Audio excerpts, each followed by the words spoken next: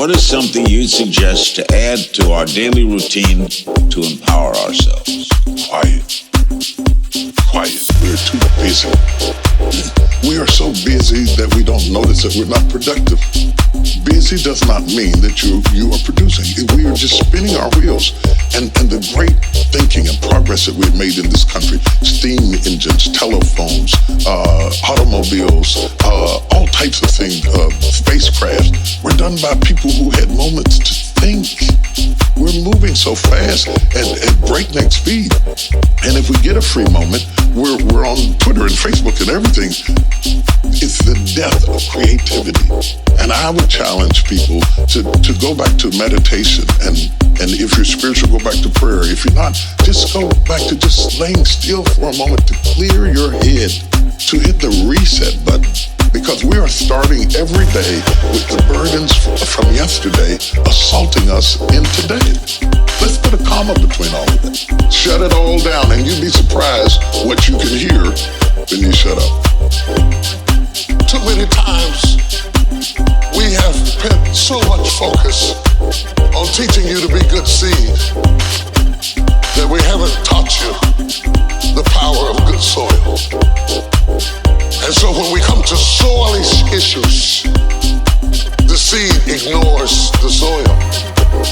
We flick the channel. That has nothing to do with me. We close our eyes because we have been taught to be good seed, but we have not been taught to pay attention to soil. And yet the Bible is clear. Jesus says the soil went forth sowing seed, and some fell by the wayside. Some fell amongst rocks, some fell amongst thorns. The whole text is about environment. Look at you and look at your environment. Have you been positioned to flourish? Positioning has a lot to do with flourishing. To be in an environment, in a family that supports you. My sister and I were talking the other day. I was telling her what an amazing person she is. That all of our lives together and all the things that God did in my life, not once in all of the years that I've known her, and she was there when Mama had me, have I ever known her to be jealous of me. Not once, not ever. She has always been my cheerleader and my greatest fan.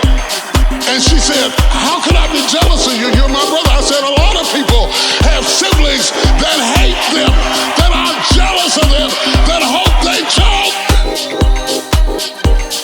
And some of my development has to be that God planted me in an environment of people that supported me. My brother, my sister, my mother, my father, they all supported me. You can have good seed, but if you've been in bad soil, people who hated you, environments that denied you, education that underserved you, communities that limited you, mentalities that poisoned you. Oh, do you hear what I'm saying? If your soil wasn't right, it doesn't mean that you're not right, but if your soil wasn't right, it's going to affect how you root and how you grow. And you might grow a little bit. The Bible says you can grow for a while, but then the thorns will choke you out, or the rocks will not have enough soil for your roots to grow. Are you blaming God for something you ought to be blaming the soil for? You cannot take a peach seed and plant it in a teaspoon of dirt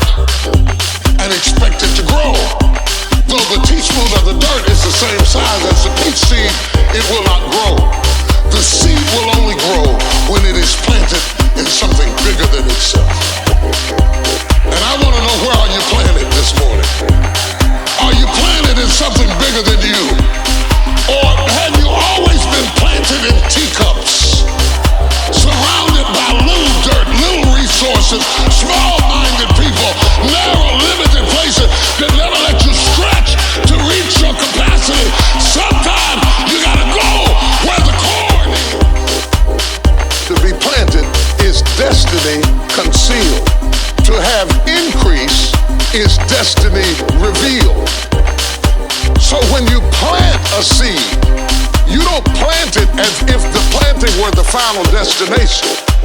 You plant it and you can't see it anymore. Its destiny is concealed in the hopes that ultimately it will become a stalk or a cord or an apple tree or whatever it was you planted. And in between the destiny concealed and the destiny revealed is something we call watering. And I thought, as dynamic as the text may be, to grapple with the notion of being planted and to grapple with the notion of having increase seems totally irrelevant if we don't stop by the station of watering. Because watering is the last step